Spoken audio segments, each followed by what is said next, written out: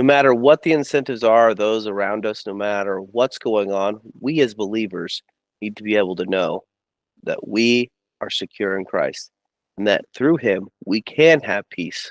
No matter what our investors are saying, no matter what our bosses are saying, no matter what's going on in our world, that God can give us the kind of peace that only he can bring. So, since the last podcast, a few of our listeners have asked very specific questions. So, before we dive into our topic of incentives, I thought that I would ask these questions from our listeners and just see what you have to say about them. So, the first question I have is, how does GPT relate to Siri and Alexa? Like, what is the contrast? So my understanding is they're like trained in a completely different way. Siri and Alexa aren't large language models. They were taught very specific things. They only know the answers to certain questions. So I think they work something like they programmed in when someone asks you what time it is, go to this place, find out what time it is, and then say it. It's a little bit more like that. Whereas ChatGPT is like, you could ask it anything you want about any subject anywhere, and it will have an answer for you for the most part. Obviously, they put certain restrictions on it, so it wouldn't answer certain types of questions, but anything that they didn't, try to decide they thought was inappropriate, it'll answer it. So, that's why they're so incredibly different. Like I would just describe Siri or Alexa as like hard coded. Like a human had to say, when you get this question, here's the answers, right? And that's the only thing. So if you ever play with Siri and Alexa, you kind of find out the types of phrases it can and cannot do, and it's pretty smart. I'm sure they use some, tricks or whatever, so it can understand, various forms of phrases to be able to answer questions. But it's not like a large language model at all. I got you.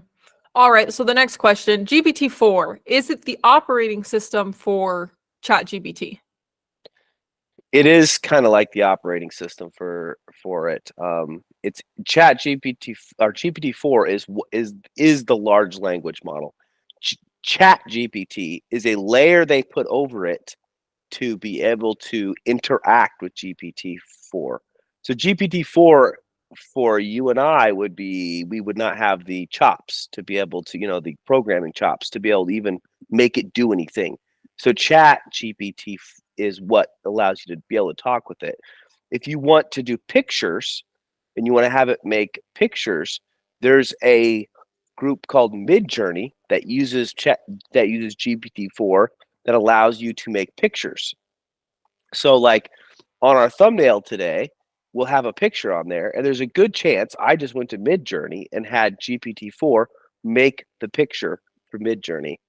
And so Chat GPT-4 is the way to interact with it talking, and Midjourney would be a way to interact with it with pictures. Dolly 2 would be another example of a large language model used to make pictures.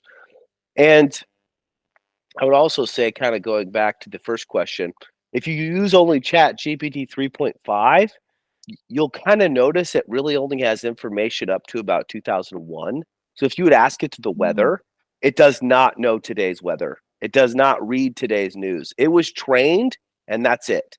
And so it does not.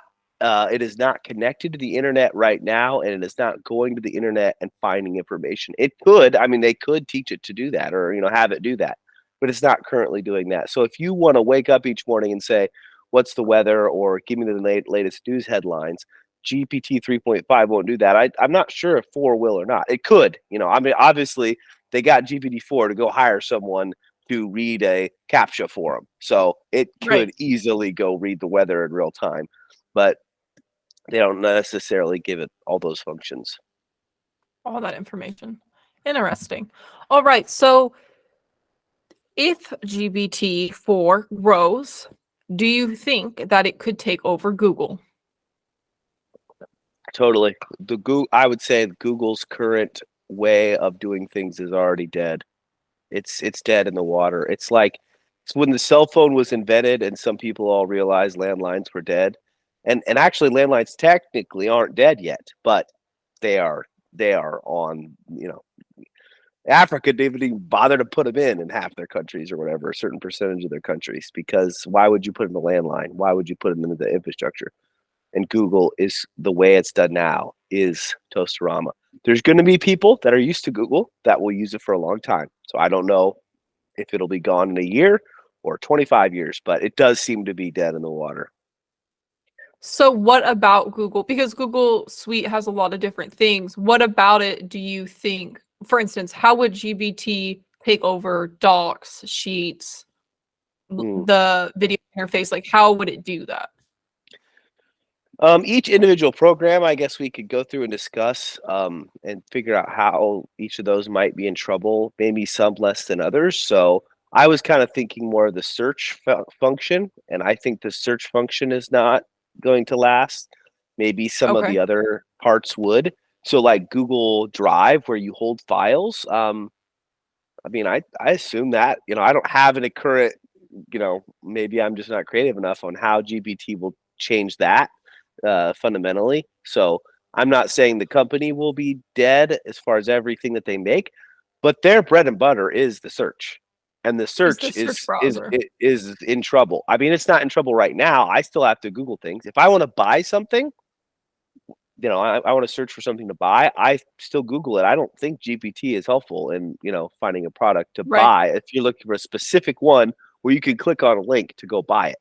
Now, I've actually, compared what are all the considered the best tennis shoes that are, under, the lightest or something like that, and it gave me a list of 5 or whatever. So I'm not saying it's Ah, completely that is useful. nice.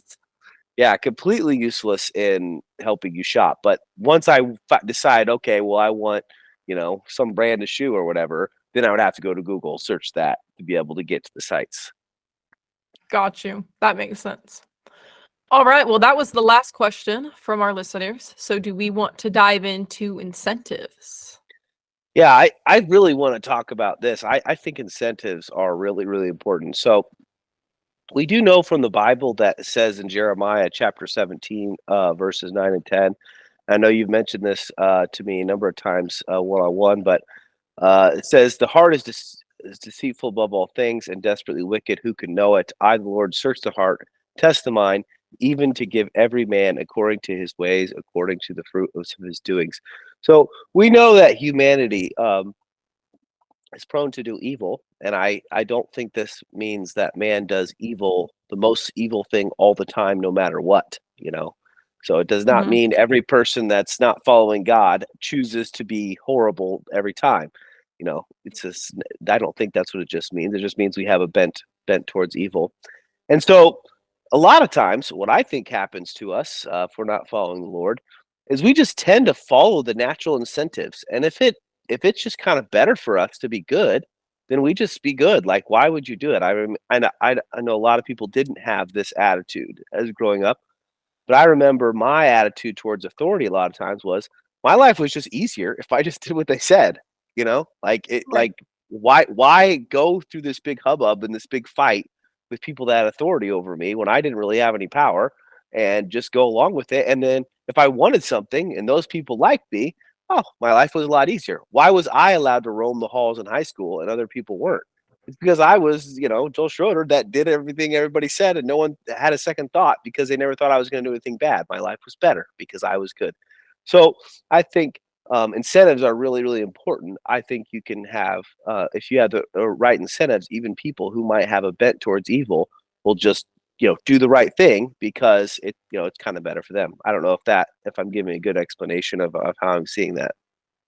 No, I think what you're saying is really good because, like, essentially, you're saying people are bent towards going evil, but they're also still so inherently selfish that if it's better for them to be good, then they'll play by those rules and even kind of manipulate the system to the best of their abilities.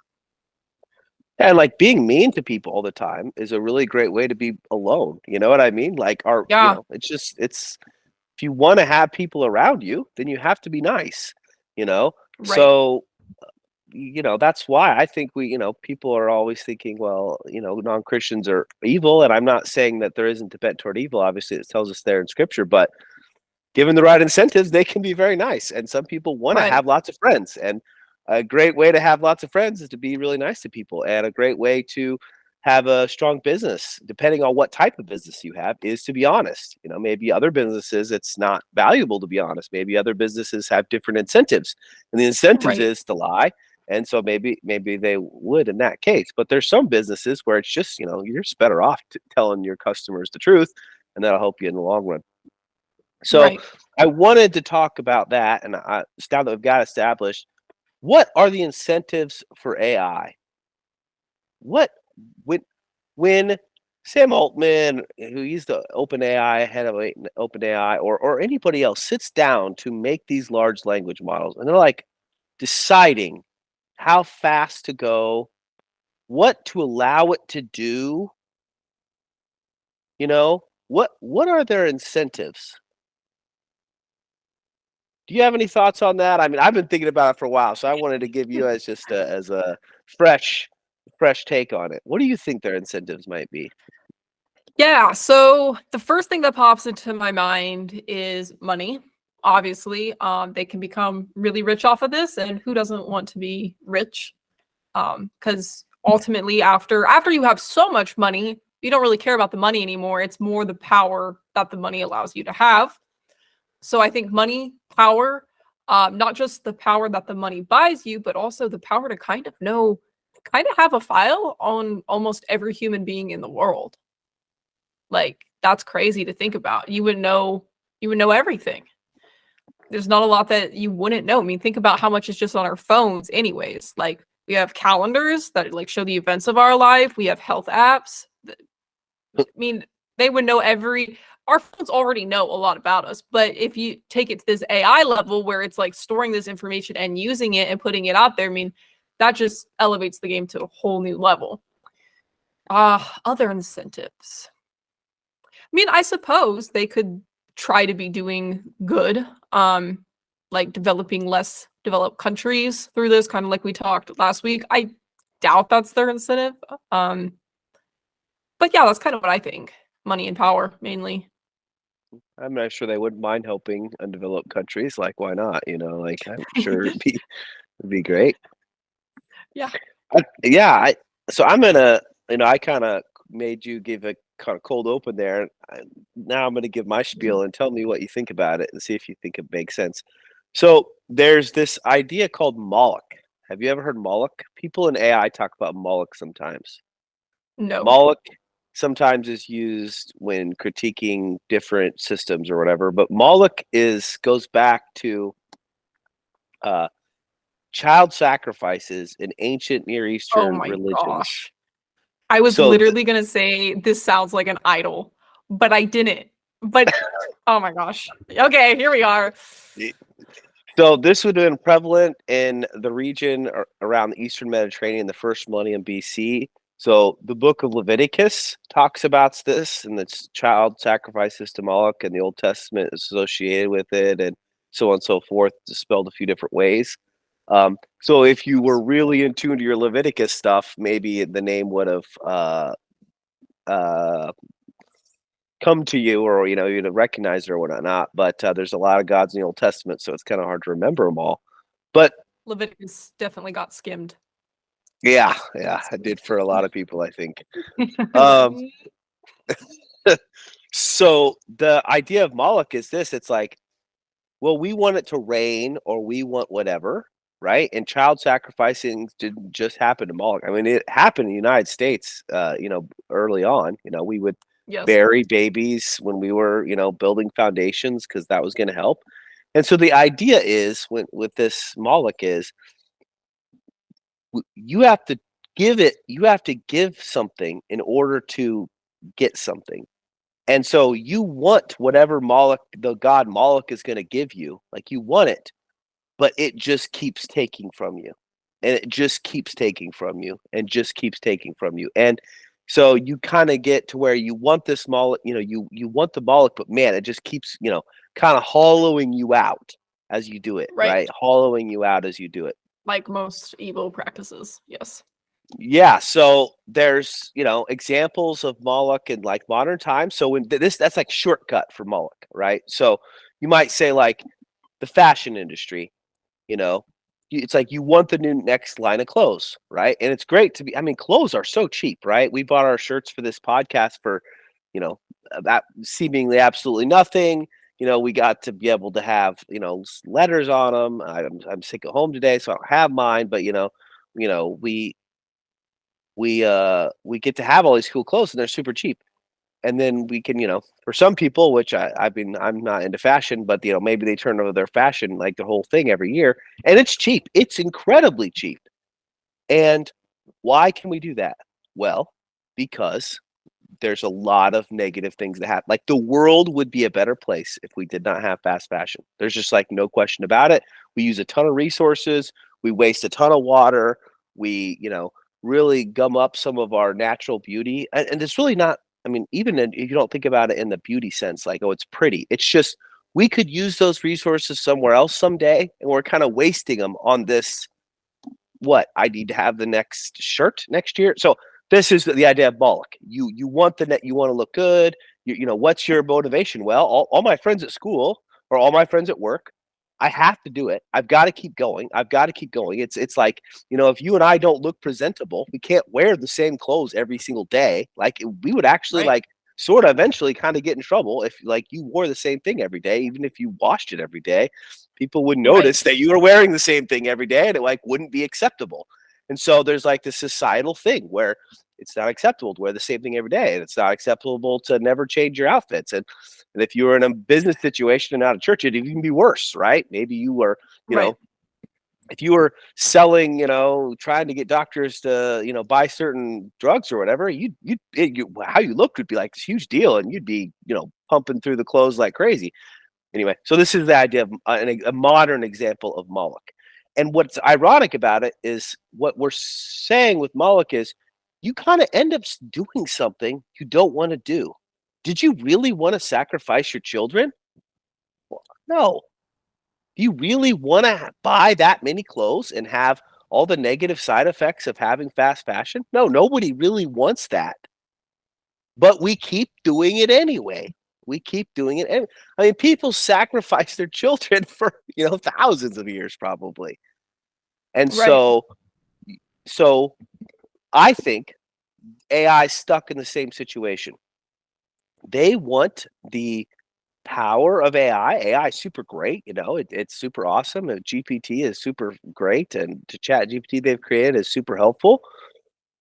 But what are all the incentives saying? Okay, well, in order to keep going, in order to win the race, in order to keep it happening, in order to keep it going, what do they have to sacrifice? Well, they have to keep more and more they have to give it more and more information, more and more information, more and more information. And what's going to happen possibly? They'll lose control of it and it will be bad for them. And even if they know, oh no, we could lose control of this. This could be bad. What are all the incentives pushing them to do? Go forward.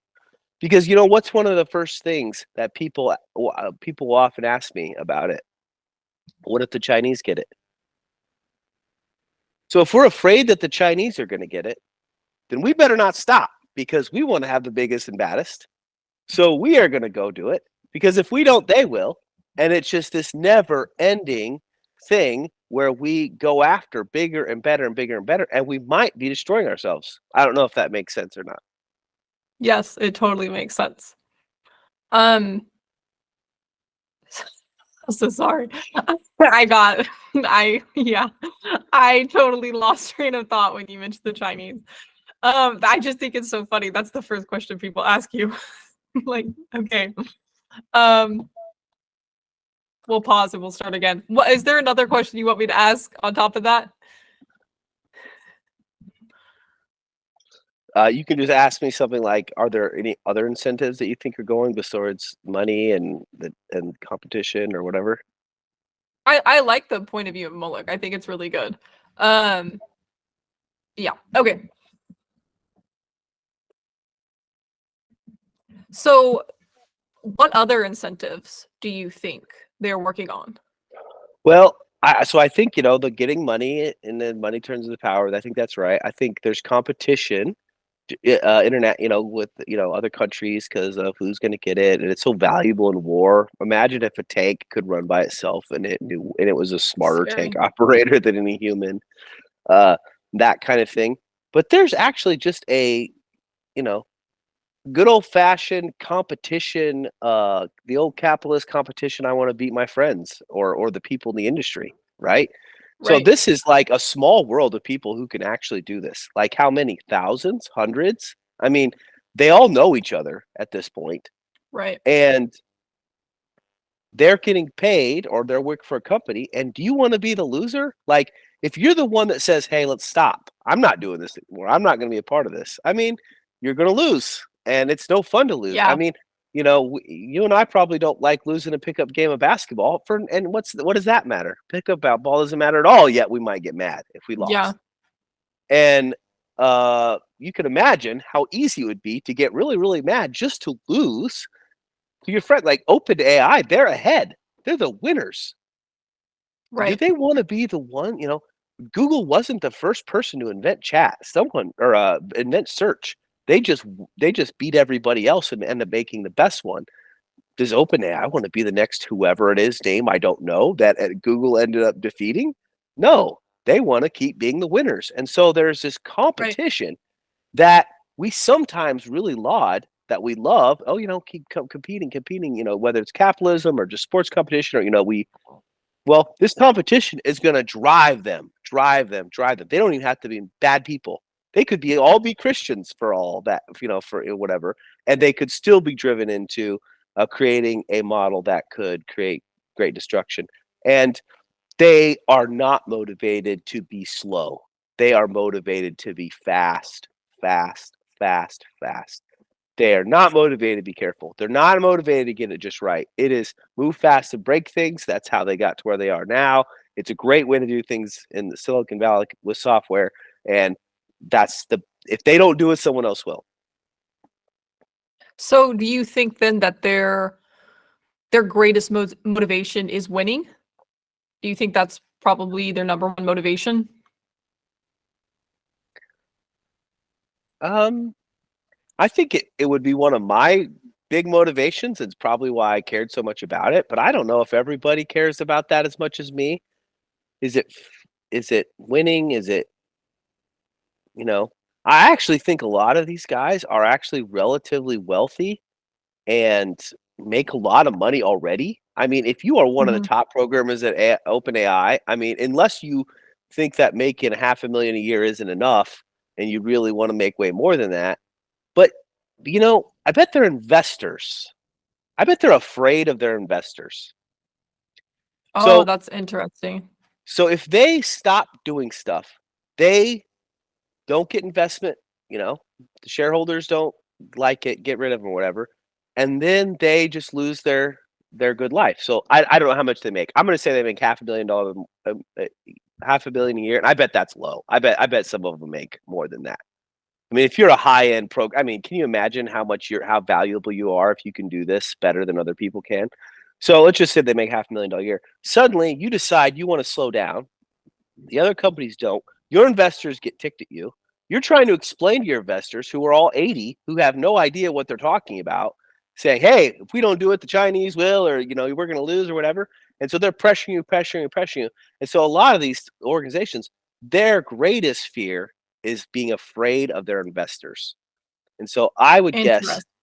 that you don't need to be, and I don't need to be afraid of Sam Altman. You and I need to be afraid of their bosses, and their That's bosses are their awesome. investors.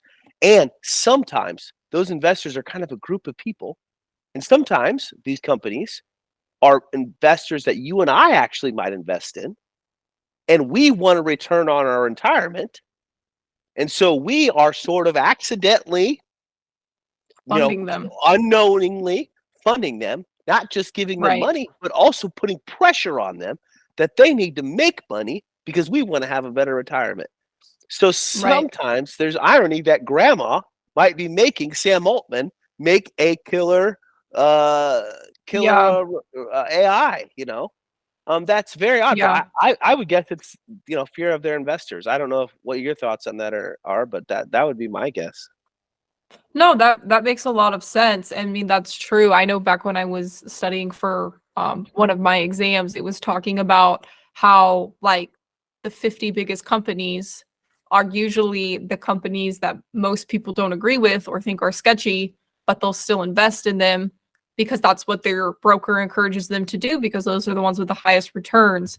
So it's like you give your money to this so you can have a nice retirement, but you don't even realize that like your money is funding things that don't align with your values all the time.